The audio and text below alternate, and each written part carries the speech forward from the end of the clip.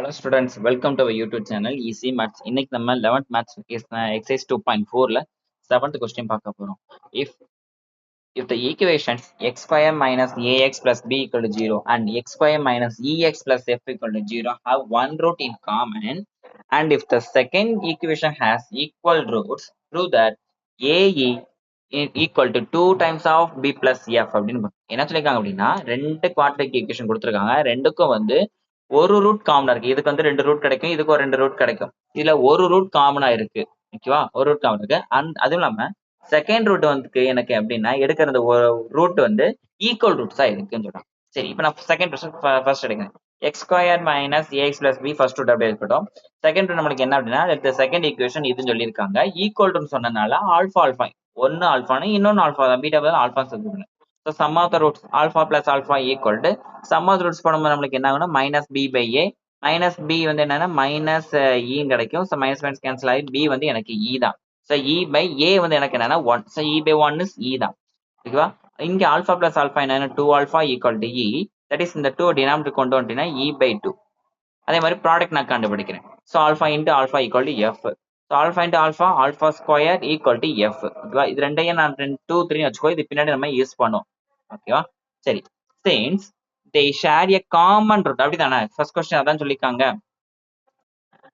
have one root in common. ஓகேவா, அப்ப இதுக்கு என்ன ரூட் வருதோ அது ஒரு ரூட் மட்டும், இதுக்கு என்ன ரூட் வருதோ அதே தான் இதுக்கும் வரும் அப்படிங்கிற மாதிரி சொல்லியிருக்காங்க. ஓகேவா, அப்ப alpha must be a root of the first equation சொல்லியிருக்காங்க. அப்ப ரூட்டா இருந்துச்சு அப்படின்னா ஆல்பாக்குள்ள அந்த வேல்யூ சப்ஸ்டிட் பண்ணி எனக்கு சாட்டிஸ்ஃபை ஆகும். அப்ப ஃபர்ஸ்ட் ஈக்குவேஷன்ல ஆல்பாக்குள்ள எனக்கு இ பை 2 கண்டுபிடிச்சு வச்சுக்கோம்ல, இ பை 2 அதை நான் சப்ஸ்டிட் பண்ணிடுறேன்.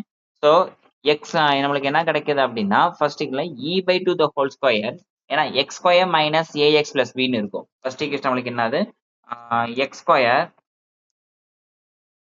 Minus ax plus b equal to 0. அப்போ எக்ஸ் இப்பெல்லாம் நான் ஆல்ஃபா வேல்யூ சொல்றேன். ஆல்ஃபா வேல்யூ தான் எனக்கு a by 2, that is a by 2 the whole square minus a into a by 2 plus b equal to 0.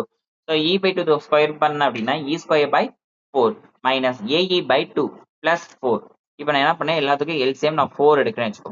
அப்ப இங்க 4 இருக்கு, இ ஸ்கொயர் மைனஸ் இங்க 2 தான் இருக்கு. அப்ப 2 ஆல மல்டிப்ளை பண்ணா போதும். ஸோ 2ஏஇ இங்க நான் 4 மல்டிப்ளை பண்ணா போதும், 4பி ஈக்குவல் டு 0. இந்த ஈக்குவேஷன் அப்படியே வச்சிரு. இப்ப நம்ம அங்க ஸ்டார்டிங்ல பார்த்த ரெண்டு ஈக்குவேஷன் வச்சிருக்கோம் பாத்தியா, 2 3 ஆல்பாபில இ பை 2 ஆல்பா ஸ்கொயர்ல எஃப். இப்ப இந்த ஈக்குவேஷன்ல ஆல்பாபில இ பை 2 நான் சப்ஸ்டிட் பண்றேன். ஓகேவா, ஆல்பாபில நான் என்ன பண்றேன், இ பை 2.